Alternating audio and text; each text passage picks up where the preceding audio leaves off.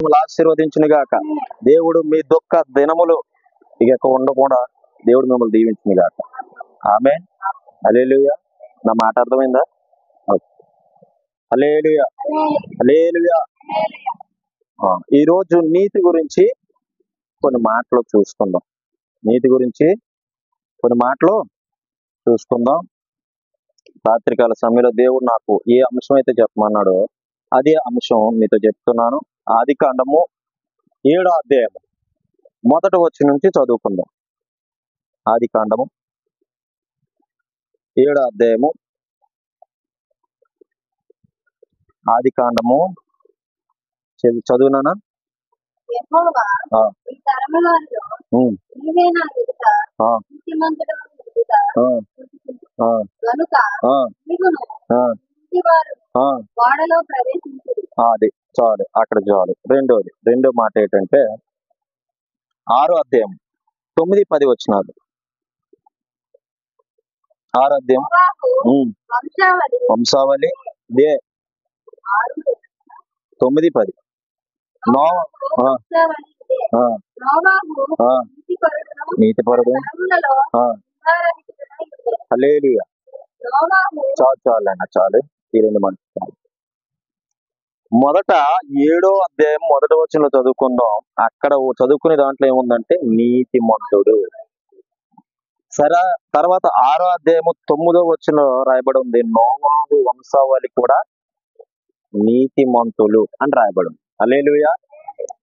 ఈ రోజు నీతికి ఉన్నటువంటి శక్తి అంటే మీకు చెప్తాను. నీతి కలిగి జీవిస్తే ఏ విధంగా మనిషి ఉంటాడో చెబుతాను.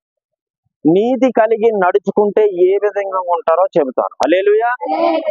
నీతిమంతుడిగా జీవిస్తే, నువ్వు నీతి కలిగి ఉంటే మొట్టమొదట చేసేది ఏంటి తెలుసా? దేవుడు మొట్టమొదటిగా నీ జీవితంలో నీతి కలిగి ఉంటే, నీతి కలిగి జీవిస్తే మొట్టమొదటిగా నువ్వు ఆశీర్వాదానికి కర్తగా మారుతావు. హల్లెలూయా. ఆశీర్వాదం. అది ఏ ఆశీర్వాదం అంటే డబ్బులో కావచ్చు, ధనంలో కావచ్చు, ప్రేమలో కావచ్చు, కుటుంబంలో కావచ్చు, ఇంకా చాలా విషయాలు ఆశీర్వాదకరంగా ఉంచుతాడు దేవుడు నేను. హల్లెలూయా. నీతి కలిగిన వారు ఎలా ఉంటారంటే ఆశీర్వాదకరంగా ఉంటారు మొదట. రెండోది దేనికి భయపడరు.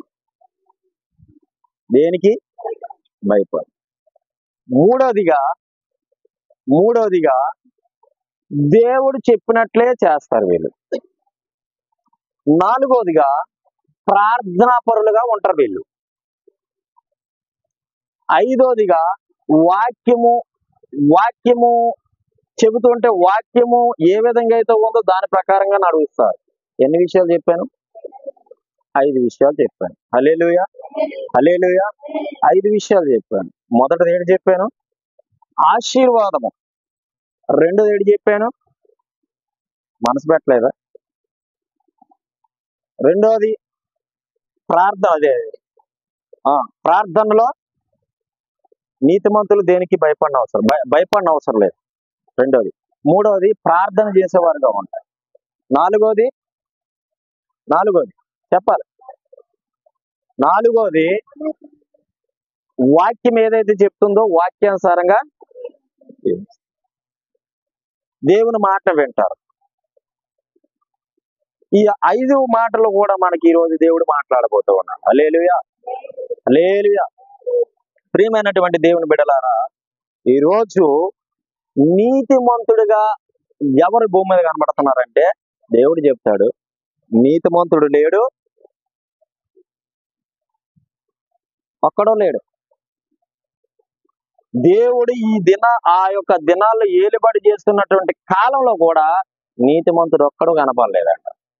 నీతిమంతుడు ఒక్కడో లేడంట. నీతిమంతుడిగా జీవించేవారు ఎవరూ లేరంట. ఆ దినాల్లో కనబడినటువంటి మొట్టమొదటి దైవజనుడు ఎవరంటే నోవాహు. హల్లెలూయా. నోవాహు దేవుని దృష్టికి ఎలా కనబడ్డాడు అంటే నీతిగా కనబడ్డాడు. ఎలా కనబడ్డాడు? నీతిగా కనబడ్డాడు. నీతిగా కనబడడం వల్ల తన కుటుంబం ఆశీర్వదించబడింది. హల్లెలూయా. దేవుని ఎదుట నువ్వు నీతిగా ఉంటే నీ కుటుంబం ఆశీర్వాదకరంగా ఉంటది, నీ కుటుంబం దీవెనకరంగా ఉంటది, నీ కుటుంబము ఐక్యత, ప్రేమ, అనురాగాలు కలిగి జీవిస్తుంది. నువ్వు ఐక్యతతో ఉండడంతో పాటు నీ కుటుంబంలో శాంతి ఉంటది, సమాధానం ఉంటది. హల్లెలూయా. నీతి చాలా మనిషికి అవసరము. ఈ రోజుల్లో నీతిని కోల్పోయి జీవించిన వారి జీవితాల్లో నెమ్మది ఉండదు, శాంతి ఉండదు, సమాధానం ఉండదు, ఐక్యత ఉండదు, నవ్వరు. వారి జీవితంలో నవ్వు అనేది కనబడదు. నీతి కోల్పోయిన వారి జీవితాలు చూస్తే మనం వారి జీవితాల్లో నవ్వే ఉండదండి అసలు. హల్లెలూయా. ఈ రోజు దేవుడు మాట్లాడుతున్నాడు, ప్రియమైన బిడ్డ, ఈ లైవ్ ద్వారా వీక్షిస్తున్న ప్రియమైన దేవుని బిడ్డలారా, నీతిమంతులుగా బ్రతకాలనేది ప్రభు యొక్క ఆశ. హల్లెలూయా. ఎందుకు ఆ రోజుల్లో నోవాహు ఒక్కడే నీతిమంతుడిగా కనబడ్డాడు అంటే అక్కడ చూడండి కొన్ని మాటలు రాయబడి ఉన్నాయి. 6వ అధ్యాయం 1వ వచనం చదువుకుందాం. నరులు భూమి మీద ఆ తరువాత కుమార్తెలు ఆ వారికి పుట్టినప్పుడు ఆ దేవుని కుమారుడు ఆ నరుల కుమార్తెలు ఆ చక్కని వారిని చూసి ఆ వారందరితో ఆ తమకు మనస్సుకు వచ్చిన స్త్రీలను వివాహం చేసుకుంటారు. హల్లెలూయా. ఇక్కడ చూడండి ఏం చేశారంటే, దేవుని కుమారులు మానవుని కుమారులు పెండ్లి చేసుకున్నారు. దేవుని కుమారుడు మహిమైశ్వర్యవంతుడైన మానవులు అందరూ పాపం చేస్తున్నారు. అవునా కదా? అదిగాక అక్కడ ఏ రాయబడి ఉంది చూడండి, తమ మనస్సుకు నచ్చిన స్త్రీలను పెళ్లి చేసుకున్నారట వాళ్ళు. ఇది ఒక పాపం అన్నమాట. తమ మనస్సుకు నచ్చిన స్త్రీలని ఈ రోజు ఎక్కడ జరగలేదు. ఎవరికి నచ్చిన వాళ్ళు చేసుకుంటున్నారు. భర్త వదిలేసి చాలు ఇంకో భర్త చేసుకుంటున్నారు, భార్య వదిలేస్తే చాలు ఇంకో భార్యను చేసుకుంటున్నారు. అంటే ఆ రోజుల్లో కూడా ఎలా పాడైపోయారంటే, చాలా దరిద్రంగా పాడైపోయారు. కింద మాటలు చదవండి ఒకసారి, 3వ వచనము. అప్పుడు యెహోవా ఆ ఆ నరులతో ఎల్లప్పుడూ ఆ వారు ఆ తమ అక్రమ ఆ విషయంలో ఆ నరమాత్రులై ఉన్నారు. అయినను ఆ వారి దినములు ఆ 120 ఏండ్లన్నది. ఆ ఆ దినములలో ఆ నెఫీలీయుల ఆ భూమి మీద నుండి ఆ తరువాత కుమారులు నుండి ఉమ్, తరువాతను ఉండిరి. దేవుని కుమారులు నరుల కుమార్తెలతో పోయినప్పుడు వారికి పిల్లలను కనిరి. ఆ పూర్వకాలమందు పేరు పొందిన సూర్యులు వీరే. చూడ 5వ వచనం చదువుదాం. నరులు చెడితనము భూమి మీద గొప్పదనియు వారి హృదయములో యొక్క తలంపుల ఊహంతయు ఎల్లప్పుడు కేవలము చెడ్డదని యెహోవా చూసి భూమి మీద నరులను చేసినందుకు యెహోవా సంతాపం తన హృదయంలో నొచ్చుకునేది. చూసారండి, నరుల కుమార్తెలు దేవుని కుమారులతో పెళ్లి చేసుకున్నారు, లేదంటే దేవుని కుమార్తెలు నరుల కుమారులతో పెళ్లి చేసుకున్నారు. పెళ్లి చేసుకునే తర్వాత దేవుడు దాని గురించి ఏమంటున్నాడు? యెహోవా నా ఆత్మ నరులతో ఎల్లప్పుడూ నరులతో వాదించదు. ఎవరు? దేవుడు వాదించలేడు. అవునా కాదా? అందుకని వదిలిపెట్టేశాడు అన్నమాట. పూర్తిగా వదిలిపెట్టేశాడు, పూర్తిగా విడిచిపెట్టేశాడు, పూర్తిగా తన చెయ్యి వదిలేశాడు. వదిలేసా కింద చూడండి 5వ వచనంలో నరులు చెడితనము. ఏ చెడితనమాట భూమి మీద అంటే నరులు చెడిపోయారు. నరులు చెడిపోవడంతో పాటు దేవుడు అంటున్నాడు, అయ్యో నా బుద్ధి తక్కువై చేశాను నరుల్ని. వీళ్ళు మంచిగా ఉంటారు, మంచిగా జీవిస్తారు, మంచిగా బ్రతుకుతారు అని నేను అనుకున్నానే, కానీ వీళ్ళు త్రోవ తప్పిపోయారు. ఏం తప్పిపోయారు? త్రోవ తప్పిపోయి వారి ఇష్టానుసారంగా జీవిస్తూ ఉన్నారు, వారి ఇష్టానుసారంగా బ్రతుకుతూ ఉన్నారు, వారి ఇష్టానుసారంగా నడుచుకుంటూ ఉన్నారు, వారి ఇష్టానుసారంగా వెళ్తూ ఉన్నారు. ఎందుకు ఈ నరులు చేశాను అనేసి ఏడ్చాడట ప్రభు. నరులు ఎందుకు భూమి మీద నేను చేశాను అంటే, మనుషుడు పదే ఇప్పటికీ కూడా మనుషుడు ఏం చేస్తున్నాడు అంటే, దేవుడికి దుఃఖాన్ని తీసుకొస్తున్నాడు తప్ప తనను బట్టి దేవుడికి ఆనందం తీసుకొచ్చే నరుడు ఎక్కడున్నాడు ఈ రోజుల్లో? దేవుణ్ణి బట్టి దేవుడు నన్ను చూసి సంతోషించాలని నరుడు ఎక్కడైనా ఉన్నాడా అంటే ఎక్కడా లేడు. అందరూ అంతటా మారు మనసు పొందాలనేదే దేవుని కృప. హల్లెలూయా. అందరూ పాపము చేసి దేవుడు అనుగ్రహించి మహిమను పొందలేకపోతున్నారు అంటున్నాడు ఆయన. ప్రతి ఒక్కరిలో కూడా ఏముందంటే పాపం ఏలుబడి చేస్తూ ఉంది. పాపం ఏలుబడి చేస్తుంది ప్రతి ఒక్కరిలో. ఆ పాపం ఏలుబడి చేస్తున్న జీవితంలో నెమ్మది ఎలాగుంటదండి, సుఖం ఎలాగుంటదండి, సౌఖ్యం ఎలాగుంటదండి, హ్యాపీనెస్ ఎలాగుంటదండి, ప్రేమ ఎలాగుంటదండి? ఏ రోజైనా చూసావా ప్రేమ ఎలాగుంటది? పాపంలో ఉన్నటువంటి వారి జీవితాల్లో సుఖం ఉండదు, నెమ్మది ఉండదు, ఆరోగ్యం ఉండదు, ఆయుష్ ఉండదు, ఇంకేది ఉండదు. అంతా కోల్పోతారు. చివరాకడికి ఇంకా నాకు ఈ బ్రతుకు ఎందుకు అనే పరిస్థితులకు వచ్చేస్తారు. ఎప్పుడు? హృదయంలో పాపం ఉన్నప్పుడు. హల్లెలూయా. పాపం ఒక మనిషిని ఏలుబడి చేస్తూ ఉందంటే నీవు పతనానికి దగ్గరగా ఉన్నావు. పతనానికి ఏమై ఉన్నావు? దగ్గరగా ఉన్నావు. పాపం ఒక మనిషిలో ప్రవేశించిందంటే అర్థం ఏంటంటే నువ్వు పతనానికి దగ్గరగా ఉన్నావు. జాగ్రత్త. పాపం ప్రవేశించక ముందే దాని యొక్క జాడలో నువ్వు పసిగట్టాలి అంతే. హల్లెలూయా. హల్లెలూయా. పాపం యొక్క జాడలో నువ్వు పసిగట్టాలి. పాప యొక్క ఆ యొక్క కనుచూపులు నీ మీద పడక ముందు నువ్వు పసిగట్టాలి అంతే. యేసు నామములో. హల్లెలూయా. ఒకరోజు ఒకసారి నేను ఆల్రెడీ ప్రేయర్కి వెళ్ళి వచ్చాను. మీకు చెప్పే ఉంటాను, మళ్ళీ ఎందుకు గుర్తు చేస్తున్నాడు. ఆల్రెడీ ప్రేయర్కి వెళ్ళి వచ్చి 3 అయింది, రాత్రి 3 అయింది, పడుకున్నాను. పడుకున్న తర్వాత ఒక అమ్మాయి నన్ను చాలా ఇష్టపడింది. చాలా ఇష్టపడితే ఆ అమ్మాయి వచ్చి అంటుంది, నువ్వంటే నాకు చాలా ఇష్టం, నువ్వు లేకపోతే నేను ఉండలేను. ఈ సినిమా డైలాగ్స్ అన్ని చెప్తుంది నా దగ్గర. అక్క వినాలి. ఇవన్నీ చెప్తుంటే నీకేం కావాలి అన్న. నీకేం కావాలంటే నువ్వు బాగా పాటలు పాడతావు, నువ్వు మంచి పరిచయం చేస్తావు, నువ్వు మంచి బట్టలు వేసుకుని వస్తావు, నువ్వు చాలా చక్కగా ఉన్నావు, నువ్వు చాలా బాగున్నావు అని నన్ను నిచ్చినెక్కించింది అనమాట. నిచ్చినెక్కించింది. సరే ఎక్కించావమ్మా, నీకేం కావాలి అని అడిగాను. అడిగినప్పుడు ఆవిడ అన్నది, నీవు నాకు కావాలి. ఏం కావాలంటే నీవు నాకు కావాలి. సరే అయితే నేను చెప్పినట్టు నువ్వు చేస్తావా అని అడిగాను. నేను చెప్పినట్టు నువ్వు చేస్తావా అంటే, ఓ నీ కోసం ఏదైనా చేసేస్తా, ఏదైనా చేస్తాను అన్నది. అంటే చేస్తావా, సరే అయితే నీకు సమయం వచ్చినప్పుడు చెప్తానులే నేను అని చెప్పి పడుకుని పోయిన తర్వాత ఆ మాట నేను మర్చిపోయి పడుకుని పోయాను. 3 అయింది. నువ్వు మరి నమ్ముతారు నమ్మరు, వెళ్ళి అట్లు పెనం మీద ఉన్న దోశని తీసేసి ఇలా బయటికి వెళ్ళగొడచేస్తాము, నన్ను ఇలా లేపుకొని వెళ్ళిపోయి తన రూమ్ లో బంధించింది. నిజం చెప్తున్నాను. ఇలా పడుకుని పోయినా నాకు అసలు నిద్ర, అసలు అప్పటికే ఫుల్గా నిద్ర లేకుండా ఉన్నాను. మా ఆవిడ నా పక్కనే పడుకుంది, మా అసలు పక్కనే పడుకున్నారు, అందరు పక్కనే ఉంటుండగాను ఇలాగ అట్లను తీసేసి ఇలాగ చూసారా, అది ఏదంటారు, అట్ల కర్రతో ఇలాగ తీసి ఇలా పరిచేస్తారు చూసారా, అలా తీసుకెళ్ళి నన్ను రూమ్ లో అడిచింది. రూమ్ లో అడిచిన తర్వాత నాకు చక్కని తెలివి వచ్చిందండి. తెలివి వస్తే అప్పుడు ఆవిడ ఏం చేస్తుందంటే, మాయ నేనే అంటుందండి. అయితే నేను అన్నాను, నీకేం పోయి కలపట్టుకుంది, ఇప్పుడు దాకా ప్రార్థనకి వెళ్ళి వచ్చాము, నన్ను నిద్ర లేక నేను అంతే, మా ఆవిడ చూసేవంతో నా తోలు తీసేద్దా ఉదయం లేచిన తర్వాత, నువ్వేడు ఇలాగే రే బాబు, నాకు మా ఆవిడ ఉంది అని అంటే, లేదు మాయా, నేను చెప్పాను కదా మొన్న నువ్వు నా సమాధానం చెప్తాను, నువ్వు సమాధానం చెప్పలేదు, అందుకే రాత్రి తీసుకొచ్చాను నేను అన్నప్పుడు ఇంకా అక్కడ చాలా సందర్భం జరిగింది, చెప్పకూడదు కానీ. అయితే చెప్పకూడదు ఏం కాదు, నేనేదో పొరపాటు చేసుకుంటాను, లైవ్ ద్వారా విన్నాను, పొరపాటు కాదండి. ఆవిడ తోసేసి ఆ తలుపు వేసేసి బయటకు వస్తాను. బయటకు వచ్చిన తర్వాత మా ఉదయాన్ని మా ఆవిడ అడుగుతుంది, వెళ్ళి తీసుకెళ్ళింది కదా ఏం చేసింది అని అడుగుతుంది. అడిగినా నువ్వే అక్కడ చూసాను, నేను తిరిగేసే ఉన్నాను అంటుంది. మరి ఎందుకు నువ్వు నన్ను పంపించావు అలాంటప్పుడు అనేసి అంటే, ఏం చేస్తుందో చూద్దామని అంటుంది. మళ్ళీ అంటే నా భార్యకి నా మీద ఎంత నమ్మకం. హల్లెలూయా. హల్లెలూయా.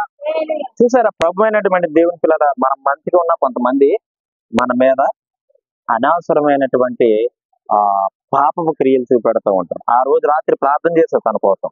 ప్రార్థన చేస్తే దేవుడు తన కోసం స్పష్టంగా చూపించి, అప్పుడు దేవుడు ఏం చూపించాడు తెలుసా, మొత్తం ఈ తలకాయ అంట చూడండి, రోబో సినిమాలో ఓపెన్ చేసినట్టు అలా ఓపెన్ చేసి దేవుడు చూపించాడు. మొత్తం జర్లే, తల నిండా జర్లే. నేను దర్శనంలో చూసి అసహ్యపడిపోయాను. అసేపడిపోయి అప్పుడు అనుకున్నాం అది సంగతి. ఆ జెర్రిల యొక్క ప్రభావం ఏంటంటే మొత్తం దయ్యాలతో నింపబడి ఉంది మైండ్, దురాత్మలతో నింపబడి ఉంది మొత్తం మైండ్ అంతా.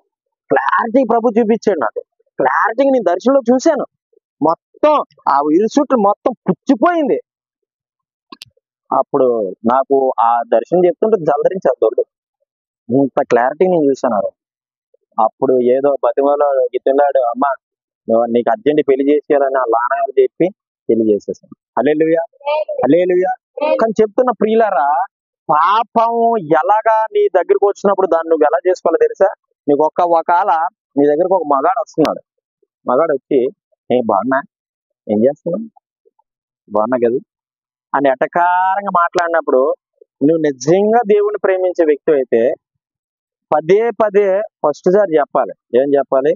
నువ్వు అనుకుంటున్నటువంటి మనిషి నేను కానే కాదు. రెండోసారి వస్తాడు, రెండోసారి వచ్చి బాగున్నావా, ఎలా ఉన్నా, తిన్నావా, అవన్నీ వాడికి ఎందుకు?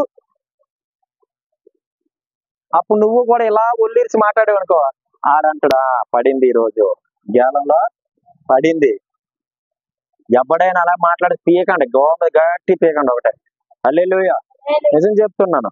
ఏసాని గారు మొన్న వాక్యం చెప్తూ ఒక వీడియోలోని ఆయన చెప్పారట, ఆవిడ దగ్గరికి వచ్చి ఆవిడకి ఫోన్ చేశారట, ఏసాని గారికి ఫోన్ చేసి, అయ్యగారు బాగున్నారా అన్న. బాగున్నామ్మా, ఎవరు మీరు అన్నారు. నేనే అయ్యగారు, నేనే అయ్యగారు అన్నారు. అదేనమ్మా, ఎవరు నువ్వు అని అడుగుతుంది. నేనే అయ్యారు, నేను చచ్చిపోతాను కదా అంతే. నోర్మే ఫోన్ పెడతావా లేదా అన్నారు. ఏమన్నా నోర్మే ఫోన్ పెడతావా లేదా అన్నాడు. అంటే తన యథార్థతను తను ఎలా కాపాడుకున్నాడు. ఎప్పుడు కూడా మగాళ్ళ దగ్గర కానీ మనం బిండేటట్టు మాట్లాడేమా, మనలో ఉన్నటువంటి అడుగుజాడలు వాళ్ళు కనిపెట్టేస్తారు. హల్లెలూయా. కాబట్టి గమనించండి ప్రియులారా, పాపం చిన్నది ప్రవేశించక ముందే దాని ద్వారా నువ్వు మూసేయాలి. ఏం చేయాలి? దాన్ని లోపల రానివ్వకుండా ద్వారాలన్నీ మూసేయాలి. ఇలాగా మూసేస్తే ఆడికి ఏ ద్వారం దొరకదు ఇక. హల్లెలూయా, హల్లెలూయా.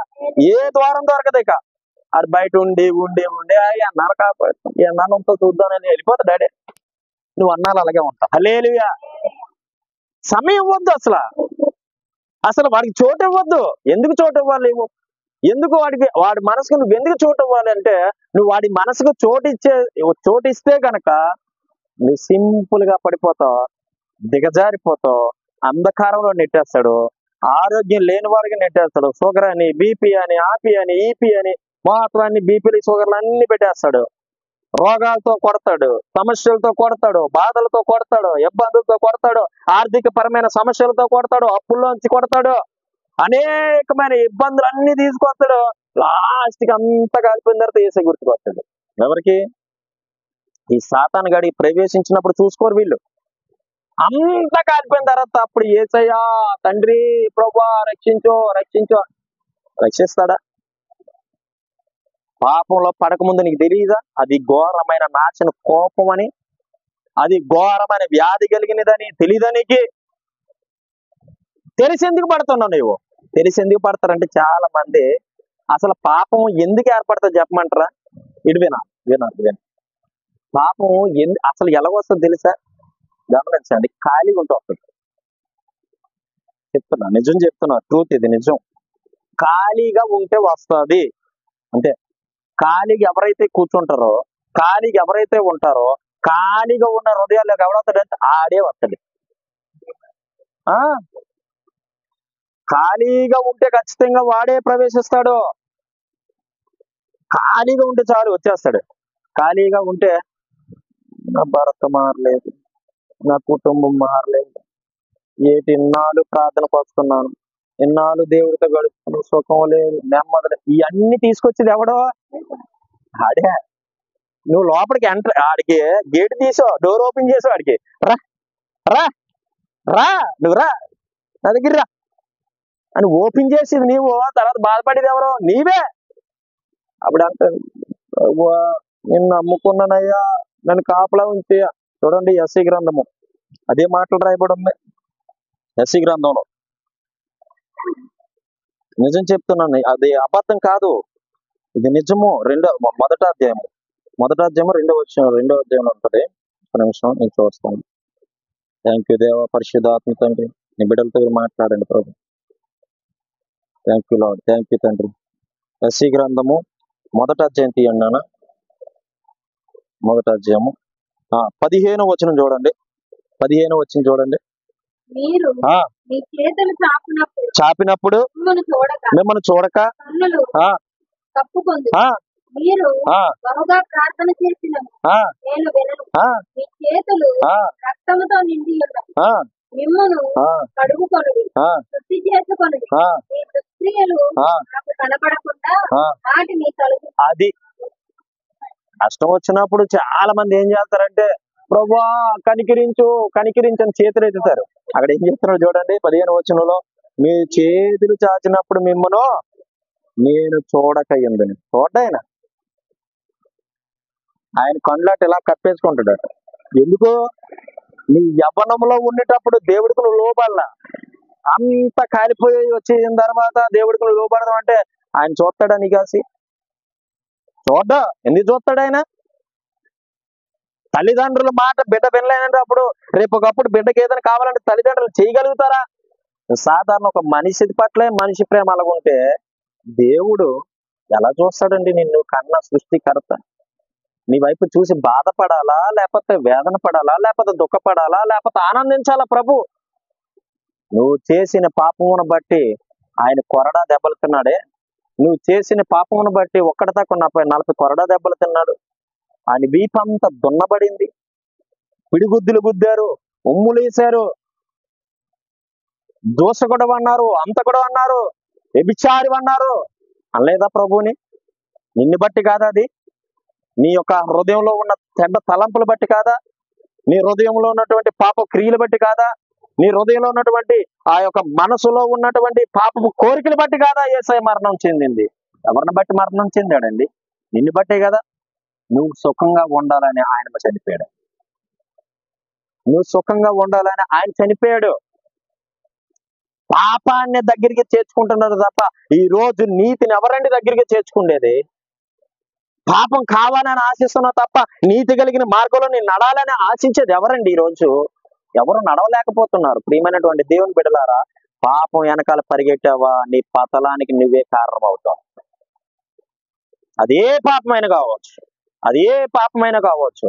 చుట్టని పాపమా, సిగరెట్ అని పాపమా, వ్యభిచారం అనే పాపం. పాపాలు 7,000 రకాల పాపాలు ఉన్నాయట, 1 2 కాదు. సినిమా చూసిన పాపమే, హృదయ అంతరంగంలో కూడా బాగుంది అన్నం కూడా పాపమే. తెలుసుకోండి, పాపాన్ని నువ్వు విజరహిస్తే, నీతిగా బ్రతికితే దేవుడు నిన్ను నీ కుటుంబాన్ని ఆశీర్వదిస్తాడు. హల్లెలూయా, హల్లెలూయా. ఆశీర్వదిస్తాడు ఆయన. నోవాహు ఒక్కడే ఆ దినాల్లో నీతిమంతుడిగా కనబడ్డాడు. దేవుడు బాధపడుతూ ఉంటే ఎవరైనా నీతిమంతులు కనబడతారేమో అని చూశాడంట. ఎవరైనా నీతిమంతులుగా కనబడతారేమో అని చూశాడంట. చూసినప్పుడు నోవాహు కనబడ్డాడు. హల్లెలూయా. నోవాహు కనబడ్డాడు నీతిమంతుడిగా. నీతిమంతుడు ఒక్కడిగా నోవాహువే కనబడ్డాడు. కనబడిన తర్వాత నోవాహు చెప్పాడు, నోవాహు నేను సహించలేకపోతున్నా, నేను భరించలేకపోతున్నా. నా పిల్లలకి చెప్పి చెప్పి చెప్పి విసుగు పుట్టింది. ఇగో నా బిడ్డలకి చెప్పి చెప్పి చెప్పి విసుగు పుట్టింది. నా మాట వినలేదు, నా మాట తృణీకరించారు, నా మాటను వదిలేశారు, నా మాటను పట్టించుకోవట్లేదు. కాబట్టి వీళ్ళు నేనేం చేస్తున్నావు తెలుసా? పైనుంచి వర్షాన్ని కురిపించి వీళ్ళందరినీ నాశనం చేస్తాను. బాబు నేను చెప్పినట్లు చెయ్యి అన్నాడు. అంతే, నేను చెప్పినట్లు చెయ్యి. హల్లెలూయా. ఆయన మాట వినకపోవడం వల్ల శాపానికి గురైపోయారు, పాపానికి గురైపోయారు. చూసారా? మొదటిగా నీతిగా బ్రతికితే ఆశీర్వాదం ఉంది. రెండోదిగా దేవుని మాట వినటంలో ఆశీర్వాదం. నోవాహు దేవుడి మాట వినడం వల్ల నీతిమంతుడిగా ఎంచబడ్డాడు ఆ దేశంలో. హల్లెలూయా, హల్లెలూయా. నీతిమంతుడిగా ఉన్నాడు కాబట్టి నోవాహుని తన కుటుంబాన్ని దేవుడు రక్షించాడు. ఎవ్వరు రక్షింపాల. 40 దినాలు ప్రచండమైన వర్షం. 1 దినం కాదు, 2 దినాలు కాదు, 3 దినాలు కాదు, ప్రచండమైన వర్షం 40 దినాలు కురుస్తూనే ఉంది. అప్పుడు నోవాహు వాడి దగ్గరికి వచ్చి మనుషులు తేలాడుతూ అంటున్నారు, నోవాహు తలుపు తీయ్యా, మేము కూడా లోపలికి వస్తాం. దేవుడు చెప్పినట్టు నువ్వు వినలేదు, దేవుడు చెప్పినట్టు జీవించలేదు, దేవుడు చెప్పినట్టు నడుచుకోలేదు, దేవుడు మొత్తుకొని మూలిగి ఇగో నువ్వు నాశనం అయిపోవడం నాకు ఇష్టం లేదు బిడ్డ, రా బిడ్డ నా చెంతకు అన్నప్పుడు ఎవరు రాలా. ఇప్పుడేమో తలుపు తీయ అంటున్నాను. నోవా ఇంట్లో లోపల ఉండి తాళం చెవి నా యొద్ద లేదు, దేవుని యొద్ద ఉంది. హల్లెలూయా. దేవుని యొద్ద ఉంది, నా దగ్గర లేదు. మొత్తం సర్వనాశనం అయిపోయింది. మేటలు, కొండలు, చెట్లు, పొట్లు, మొత్తం జీవరాశులు, జలరాశులు అన్ని మునిగిపోయాయి. అన్ని రెండేసి జాతులు లోపల పెట్టుకున్నాడు పడవడం. నోవాహు ఎందుకు నీతిమంతుడిగా కనబడ్డాడు తెలుసా దేవుని దృష్టికి? మొదట దేవుడు చెప్పినట్టు విన్నాడు, రెండోది ఓర్పుతో ఉన్నాడు, మూడోది సహనముతో ఉన్నాడు, దేవుని కొరకు కనిపెట్టేవాడిగా ఉన్నాడు. దేవుని చిత్తమైతే ఈ మాటలు కొన్నిసార్లు ఇంకో వేరే సందర్భంలో మాట్లాడుతున్నాం. నోవాహు జీవితము ఏ విధంగా ఉందంటే, నోవాహు జీవితము ఏ విధంగా బలపడిందంటే, దేవుడు చెప్పుడింటూ విన్నాడు. నాయన పాపం చేయకో అన్నాడా? విడిచిపెడుతున్నావా? నువ్వు విడిచిపెట్టి జీవిస్తున్నావా? అమ్మా పాపం చేయకో, అది దేవునికి ఇష్టం లేని పని అంటే నువ్వు విడిచిపెడుతున్నావా? ఈ రాత్రి దేవుడు మాట్లాడుతున్నాడు. విడిచిపెట్టినట్లయితే నిన్ను నీ కుటుంబాన్ని రక్షించబోతూ ఉన్నాడు. నోవాహును రక్షించినట్లు. హల్లెలూయా. నోవాహును రక్షించినట్లు నిన్ను నీ కుటుంబాన్ని రక్షిస్తాడు ఆయన. నోవాహు తోడుగా ఉన్నట్లు నీకు నీ కుటుంబానికి తోడే ఉంటాడు ఆయన. దేవునికి ఇష్టం లేని పాపం అండి, అస్సలు సమస్య లేదు. పాపానికి జనకుడు ఎవరు? సాతానుగాడు. కావాలని నిన్ను హృదయంలో తెచ్చుకుంటే, నీ యొక్క ఇంట్లోకి తెచ్చుకుంటే, నీ ఒంట్లోకి తెచ్చుకుంటే, మరి లేనిపోని జబ్బులు ఈ యొక్క కారణాలు ఏంటి? ఎయిడ్స్ అనేది ఒక డెవిల్, తెలుసా మీకు? ఒక దురాత్మ. బీపీ అనేది ఒక దురాత్మ. జబ్బులు అంటారు. అంటే జబ్బులు అంటే వీళ్ళు సైన్స్ ప్రకారం చెప్తారు డాక్టర్లు. వీటిని జబ్బులుగా పరిగణించారు తప్ప ఆ డెవిల్స్ ఎవరిలో అయితే దూరుతాయో ఆ డెవిల్స్ ని బట్టి వీళ్ళకి ఆ రోగాలు సోకుతాయి. తెలుసా మీకు? రోగాలు ఎలా సోకుతున్నాయి అంటే డెవిల్స్, దయ్యాలు మాత్రమే ఆ యొక్క పనులు చేయగలుగుతూ ఉంటాయి. లేనిపోని జబ్బులు తీసుకొచ్చి ఏటో తెలుసా? నువ్వు తిని వంటకం బట్టి కాదు, నువ్వు ఇంకో దాన్ని బట్టి కాదు, జాగ్రత్తలు పాటించడం మంచిదే కాదని లేదు, కానీ దాన్ని బట్టి ఎక్కువ రాదు. కానీ దురాత్మ ప్రవేశిస్తూ వస్తుంది. గమనించి అప్పటికప్పుడు ఆ మనిషివి అప్పటికప్పుడు కుప్పకూలిపోతాడు. వాడు దూరేస్తాడు, అప్పటికప్పుడు ఏమవుతుంది? నొప్పి వచ్చేస్తుంది. ఎంబడే దైవజనుడి దగ్గరికి ప్రార్థన చేసుకో. ఎందుకు రాదు నీకు తలనొప్పి? ఎందుకు రాదు? ఆ డెవిల్ పోతుంది. హల్లెలూయా, హల్లెలూయా. దానికి మెడిసిన్ రాసినా తాగదు. దానికి మెడిసిన్ రాసినా తగ్గదు. కుటుంబాల్లో ఆ దయ్యాలు ఉండబట్టే శాంతి లేదు. కుటుంబాల్లో ఆ యొక్క దయ్యాలు ఉండబట్టే నీకు షుగర్ అనే జబ్బు, అది ఎయిడ్స్ అనే జబ్బు, కిడ్నీలు పోవడం, ఇవన్నీ కారణాలు ఏంటో తెలుసా అండి? మనిషి పాపం వల్ల ఏర్పడేటువంటి ఆ డెవిల్స్ లోపల ప్రవేశిస్తున్నాయి. అందువల్ల నీ యొక్క జీవితం అలా పాడైపోయింది. ఏదో ఒక జబ్బు తీసుకొచ్చి పెట్టడమే ఆడి పని. నువ్వు పాపం చేస్తున్నావా, పాపం ప్రకారంగా ఉంటున్నావా, ఆ పాపానికి తగినట్టు ప్రతిఫలం వాడి తీసుకొస్తాడు నీ దగ్గరికి. షుగర్ అనే జబ్బుని తీసుకొచ్చి ఒంట్లో ఆడతాడు. అర్థమవుతుందా మీకు? స్పష్టంగా దేవుడు ఈ రోజు మాట్లాడుతున్నా మీకు. బీపీ కంట్రోల్ తప్పినటువంటి బీపీని తీసుకొచ్చి పెట్టేస్తాడు. కిడ్నీలు పోతాయి కొంతమందికి, కిడ్నీలు పోతాయి. నువ్వు ఏదో ఒక ఇబ్బంది పడాలని ఆడు తీసుకొచ్చి పెడతాడు నొప్పిని. దయ్యాలు ప్రతి ఒక్కటి చేయగలుగుతాయి. హల్లెలూయా. దయ్యాలు తెలుసండి. మొదట నీ ఆరోగ్యం ఎలా ఉంటుందో, నువ్వు ఎలా దీవించబడుతుందో దేవుడికి తెలుసు. రెండోది దయ్యానికి. గమనించి, ఇది ఒక సత్యము, ఇది ఒక నిజమైన సత్యము. ఏడు చెప్పమంటారా? నీ యొక్క జీవితము మొదట దేవుడికి తెలుసు, రెండోది దయ్యానికి తెలుసు.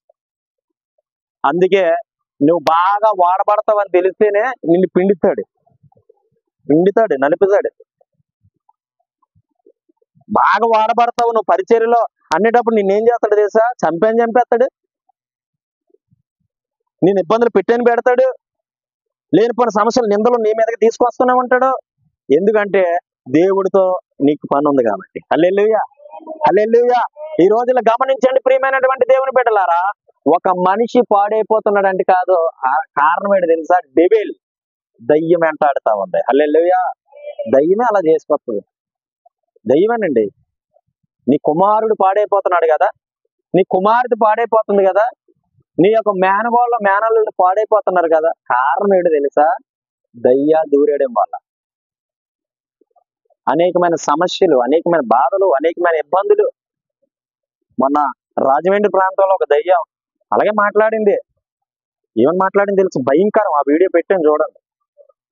భయంకరంగా మాట్లాడింది. ఏం మాట్లాడింది తెలుసా? ఈ ఇంట్లో అల్లర్లు తీసుకొచ్చేది నేనే, ఈ ఇంట్లో రూపాయి లేకుండా చేసేదాన్ని నేనే, వీళ్ళ అబ్బాయిని కూడా 2 కాళ్ళు పట్టుకొని నేలకేసి కొట్టేశాను, హాస్పిటల్ తీసుకెళ్ళి బతికేశాడు. ఇది నెమ్మది లేదు, శాంతి లేదు, సుఖం లేదు. నేను చేస్తున్నా, నీకు తెలుసా అంటుంది ప్రభుత్వం. ఎవరితోని?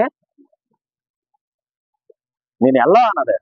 ఇక్కడ ఎవరున్నారు తెలుసా అన్న, నేను వెళ్ళా, ఇక్కడ ఎవరున్నారో తెలుసా అని చెప్పాను. అంటే నేను వెళ్ళా, నువ్వు ఎలాగెళ్తావు నాకు తెలుసు. హల్లెలూయా. ఎలాగెళ్తావు నాకు తెలుసు. యేసు నామములో మాట్లాడాను అంతే. ఇవన్నీ మాట్లాడింది. మాట్లాడి విడిచిపోయిన తర్వాత నెమ్మది వచ్చింది, శాంతి వచ్చింది. ఇంకో ఇంటికి వెళ్ళాం. ఆ ఇంటికాడ ప్రేయర్ చేశాను. ప్రేయర్ చేస్తే ఆమెలో ఉన్న దయ్యం మాట్లాడింది. ఆమెలో ఉన్న దయ్యం దురాత్మ మాట్లాడి అంటుంది, వీళ్ళు నీ దగ్గర రాకుండా చెయ్యాలనుకున్నాను, కానీ నువ్వే వచ్చేసి వీళ్ళ దగ్గరికి. హల్లెలూయా. ఎవరితో అంటుంది? ప్రభుతో అంటుంది. వీళ్ళ దగ్గరికి రాకుండా చెయ్యాలనుకున్నాను, వీళ్ళు బంధించేశాను, పెద్ద సంఖ్యలతో బంధించేశాను. నీ దగ్గర రాకుండా చేయాలనుకున్నాను, కానీ నువ్వే వెతుక్కుంటే వీళ్ళ దగ్గరికి వచ్చేసావు. నేను తట్టుకోలేకపోతే, నేను ఉండలేకపోతే పారిపోతాను పోయింది అంతే. హల్లెలూయా. పోయిన తర్వాత ఆవిడ ఎప్పుడు చేయదట పరిచర్య, గబగబ వచ్చి చేసేస్తుంది. ఆశ్చర్యపోయారు చూసిన వాళ్ళంతా ఆశ్చర్యపోయారు. ఏంటి ఇలా చేసేస్తుంది ఏంటి? ఎప్పుడు అసలు కంచమే కడగదు కదా ఈవిడ వచ్చి పాస్టర్ గారు కంచాలు తీస్తుంది, పాస్టర్ గారు తినేది తీస్తుంది, పాస్టర్ గారు కావాల్సింది పెడుతుందా? అయ్యో, అంటే ఈ దయ్యం ఎంత పని చేసిందా అనుకున్నారు అది. హల్లెలూయా. చూసారండి, మనిషిని పాడు చేసి ఏంటి దురాత్మలో. ఆ దురాత్మ ఎలా సంభవిస్తుందో తెలుసా? నీలో పాపాన్ని బట్టి వచ్చేస్తుంది. రండి స్వాగతం అండి అని చెప్తామా? స్వాగతం పలకండి, డోర్లు తీసి మరి పలకండి. మీ శరీరంలో వ్యాపించే షుగరు, పొగరు అన్ని తీసుకొచ్చేస్తాయి. నిజం చెప్తున్నాను, దయ్యాలు మనిషిని పాడు చేస్తా ఉన్నాయి. హల్లెలూయా. దేవుడు మాట్లాడుతున్నారు, ప్రియమైన బిడ్డలారా. ఆడికి మీరు చోటిస్తే, ఎవరికి? ఆడికి మీరు చోటిస్తే, ఆల్రెడీ చోటిచ్చేసారు. నీతిగా బ్రతుకో, నిజాయితీగా బ్రతుకో, యథార్థంగా బ్రతుకో. నువ్వు ప్రార్థన చేస్తూ ఉంటే పరిశుద్ధాత్మ దేవుడు నిన్ను ఆవరిస్తుంటే ఒక్క నిమిషాలు ఉండడు. హల్లెలూయా. హల్లెలూయా. నీతిమంతులు ప్రార్థన చేయగా ఆయన ఆలకిస్తాడు. ఎవరు ఆలకిస్తాడు? దేవుడు ఆలకిస్తాడండి నీతిమంతుల ప్రార్థన. నేను చాలా విషయాలు రాసుకొని వచ్చాను, కానీ నువ్వు ప్రార్థన చేస్తూ నీతి కలిగిన ప్రార్థన ఆలకిస్తుంటే, నువ్వు ప్రార్థన చేస్తూ ఉంటే ఆయన చెవులతోని ఇలా వింటాడట. అవు, నా కుమార్తెకి పలాంటి అవసరము, నా కుమారుడికి పలాంటి అవసరము. నువ్వు అనుకుంటావు నీతి కలిగి ఉన్నా నాకు జరగలేదు అనుకుంటావా? వేచి ఉండు. హల్లెలూయా. వేచి ఉండు. ఒక దినం వస్తుంది, ఒక రోజు వస్తుంది, ఒక గడి వస్తుంది, ఖచ్చితంగా నా ప్రభు ఆశీర్వదించే నేను తీరుతాడు అంతే. హల్లెలూయా. మాట ఇచ్చిన వాడు నమ్మదగిన వాడండి. ఎప్పుడు చూడండి, బిడ్డల కన్నా తర్వాత లేచి నిలబడు అంటే నిలబడతాడు, అన్నం తిను అంటే తింటాడు. ఆడు నడవడానికి 1 సంవత్సరం కాలం పడుతుంది, కానీ పుట్టాడు నడవడానికి 1 సంవత్సరం కాలం పడుతుంది. అవునా? 1 సంవత్సరం కాలం పడుతుంది అంటే ఈ సంవత్సరం అంతా నేను చేయాలి, నువ్వు తరిపీది చేస్తూ ఉండాలి. హల్లెలూయా. అలాగే నువ్వు ప్రార్థన చేస్తున్నావు అంటే వెంటనే నీ సమాధానం రాకపోవచ్చు. 1 నెల పట్టొచ్చు, 2 నెలలు పట్టొచ్చు, సంవత్సరం పట్టొచ్చు. సంవత్సరం తర్వాత నా దేవుడు ఆశీర్వదిస్తాడంటే. హల్లెలూయా. అది నీతిమంతులకు ఉన్న లక్షణం. సామెతల 10వ అధ్యాయం 2వ వచనంలో రాయబడి ఉంది, నువ్వు కలిగి ఉన్న నీతట నీ మీదకి మరణం వచ్చినా, ఏ మరణమా ఆగు. తెలుసా ఎంత శక్తి ఉందండి నీతికి? ఎంత శక్తి ఉంది అనుకుంటున్నారు? నీ మీదకి మరణం వస్తే అలాగ ఆపేస్తుందట అంతే. మరణాన్ని ఆపే శక్తి ప్రపంచంలో దేనికి లేదు, కానీ నీవు కలిగి ఉన్న నీతి కొంత. కావాలంటే సామెతల 10వ అధ్యాయం 2వ వచనం చూడు. హల్లెలూయా, హల్లెలూయా. ఎందుకు చెప్పమంటారు ఈ మాట చెప్తున్నాను? నువ్వు కలిగి ఉన్న నీతికి అంత శక్తి ఉంది. నీతిగా బ్రతికిన లేక దేవుడు పాపంగా బ్రతకడం వల్ల రోగాలు, ఇబ్బందులు, అనారోగ్యాలు, అనేకమైన ఇబ్బందికరమైన పరిస్థితులు నువ్వు వెళ్ళిపోతూ ఉన్నావంటే కారణం క్రైస్తవులు కూడా చాలా మంది ఆ దయ్యాలకు చోటిచ్చేసి, ఆ పాపానికి చోటిచ్చేసి, ఆ శాపానికి చోటిచ్చేసి అయ్యో యేసయ్యా అని మొర్ర పెడతా ఉంటారు. అంత అయిపోయింది. ఏ ముందుకి నీ బుద్ధి రాలేదా? నీ జ్ఞానం రాలేదా? నీ దైవజనుడు వచ్చి నీకు బోధిస్తున్నాడు కదా, నీ దైవజనుడి మాట నువ్వు వినాలి కదా, నీ దైవజనుడి మాట ప్రకారం నువ్వు జీవించాలి కదా, నీ దైవజనుడు ఏదైతే చెప్తున్నాడో అది వినాలి కదా. దేవుడే నీకు ఉపదేశించినప్పుడు నీకు ఇంకేం కావాలి? దేవుడు ఉపదేశించినప్పుడు భయపడాలి కదా. నువ్వు భయపడకుండా నీ ఇష్టానుసారం నువ్వు బ్రతుకుతావు, నీ ఇష్టానుసారం నువ్వు జీవిస్తావు. రాగా రాగా రాగా రాగా రాగా ఒక ఏడ్చి వచ్చేది. వచ్చేసిన తర్వాత అప్పుడు అంటావు అయ్యా తండ్రి కనికరించువా. ఎందుకు? నేను చెప్పినప్పుడు నువ్వు వెళ్ళలేనప్పుడు ఎలాగేమంటే నీ పరిస్థితి అంతే. మన కుమారులు కూడా అంటాం కదా, కుమార్తెలు కూడా అంటాం కదా, మేము చెప్పినప్పుడు నువ్వు వినలేనప్పుడు నీ బ్రతకాలుగా ఉంటది. ఇంకా తల్లిదండ్రులు చెప్పిన మాటను విన్న కుమారుడు తృణీకరించబడతాడట. మన తండ్రి అయిన దేవుడు చెప్తున్నప్పుడు మనం కూడా అలాగే వినాలి. గమనించుకోండి ప్రియమైనటువంటి దేవుని బిడ్డలు. చదివినాను 10వ అధ్యాయం 2వ వచనం లాస్ట్ మాట. ఆ, లాభకరము కాదు, ఆ, నీతి మరణం నుండి రక్షించును. అది హల్లెలూయా. మరణం వస్తే నీతి కలిగిన నిన్ను, నీ మీద మరణం వస్తే ఆగు ఆగు అంతే. హల్లెలూయా. దేనికి ఉందండి ఆ శక్తి? దేనికి ఉందండి ఆ పవర్? నీతి కలిగితే ఉంది. హల్లెలూయా, హల్లెలూయా. నీ కుటుంబంలో నువ్వు నీతి కలిగి ప్రార్థన చేస్తుంటే కుటుంబం అంతా మారిపోద్ది. హల్లెలూయా. పరిశుద్ధాత్మ దేవానికి మహిమ, గొప్ప దేవానికి మహిమ. నువ్వు నీతి కలిగి ప్రార్థన చేస్తుంటే నీ కుటుంబం మారిపోద్ది, నీ పరిస్థితులు మారిపోతాయి, నీ వ్యక్తిగత జీవితం మారిపోద్ది, నీ కుటుంబ జీవితం మారిపోద్ది, నీ యొక్క బంధువు మిత్రులు స్నేహితులు ప్రార్థన చేస్తుంటే మారిపోతారంతే. యేసు నామములో నీతి కలిగిన వారి ప్రార్థన ఆయన వింటాడు. రాలేదా సమాధానము? ఎన్నాలి బాధలు అనుకుంటున్నావా? ఎన్నాలి కష్టాలు అనుకుంటున్నావా? ఇందాక చెప్పాను కదా, చిన్నపిల్లడు పుట్టినంటే నడవడేడు సంవత్సరం కాలం పడుతుంది. అలాగే ప్రార్థన చేసినట్టు నీకు సమాధానం రాకపోవచ్చు, అయినా నా ప్రభు నిన్ను స్వస్థపరుస్తాడు, నిన్ను నీ కుటుంబాన్ని. హల్లెలూయా. ఆయనే చూసుకుంటాడు, ఆయనే చూసుకుంటాడు. కాబట్టి పాపానికి దాసులుగా ఉండకుండా మనల్ని మనం సరి చేసేసుకోవాలి. ఒక్కసారిగా పొరపాటు మాటలు వచ్చినా ప్రభు నేను క్షమించు, నీలో రావాలి, నీలో రావాలి ఆ మనస్సు. నీలో ఆ మనసు వస్తే నీలో ఏ దురాత్మ ప్రవేశించడానికి అధికారం లేదు. హల్లెలూయా. నీతిగా బ్రతుకు, చక్కగా జీవించు, చక్కగా నీ కాలు మీద నువ్వు నిలబడు. నీతిమంతులు సింహం వల్ల ధైర్యంగా ఉంటారు, వాక్యం చెప్తా ఉంది. నీతి కలిగి నడిస్తే నువ్వు ఎవరికి భయపడిన అవసరం, దేనికి భయపడిన అవసరం, దేనికి భయపడిన అవసరం, దేనికి భయపడాలండి? ఎవరికి భయపడాలి? నేను నీతిగా బ్రతికినంత కాలం నా దేవుడే నాకు. హల్లెలూయా. అన్ని ఆయన చూసుకుపోతాడు. ఈ లోకంతో మనకి స్నేహము వైరం లాంటిది. ఈ లోకము స్నేహము మనకు వైరం లాంటిది. అస్సలు లోకాన్ని అస్సలు పాటించకండి, లోక పద్ధతులు పాటించకండి, లోక వైఖరి పాటించకండి, లోకంలో ఉన్న మనుషులు పాటించొద్దు, అస్సలు ఏది పాటించొద్దు. బైబిల్ ఏం చెప్తుంది దాన్ని పాటించి నీ బ్రతుకు మారిపోద్ది అంతే. హల్లెలూయా, హల్లెలూయా, హల్లెలూయా. చెప్తున్నానండి, నీతి కలిగి బ్రతికితే ఎంత శక్తి తెలుసు అసలు. నువ్వు నీతి కలిగి బ్రతుకుతుంటే నువ్వు మాట్లాడితే అది జరిగిపోద్ది అక్షరాల. నీతి కలిగి ఉంటే నువ్వు ఏదైతే పలుకుతావో ఆ కుటుంబంలో జరిగిపోద్ది.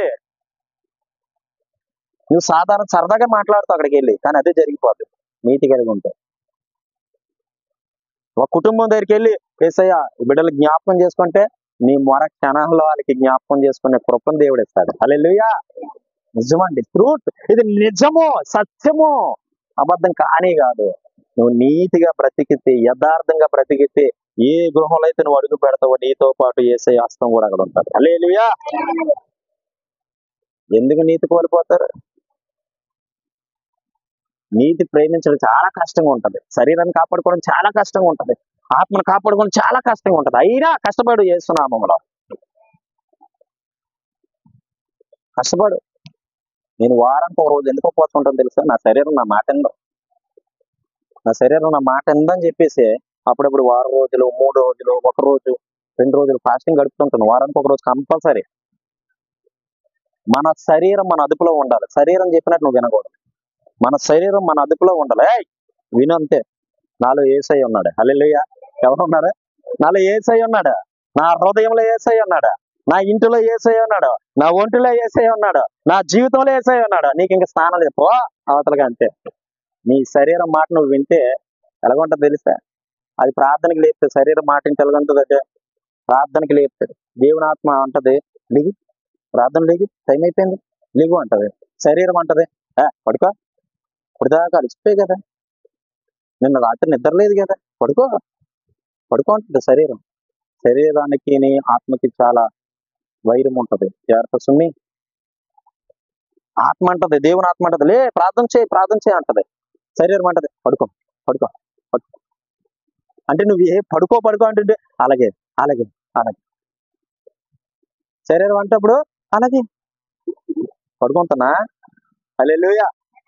శరీరం చెప్తుంటది పడుకో, కాసేపు పడుకో అంటది. ఒక్కోసారి ఆ ఆ అలా జారిపోతా. ఉదయాన్నే 7 అయినా సరే లేకవు, అలా జారిపోతా. శరీరం చెప్తుంది. అప్పుడు అంటది శరీరం, నేను చెప్పిందే గెలిచింది, నీ ఆత్మ ఎందుకు పని చేయలేదంట. దాన్ని చంపుకో. ఆ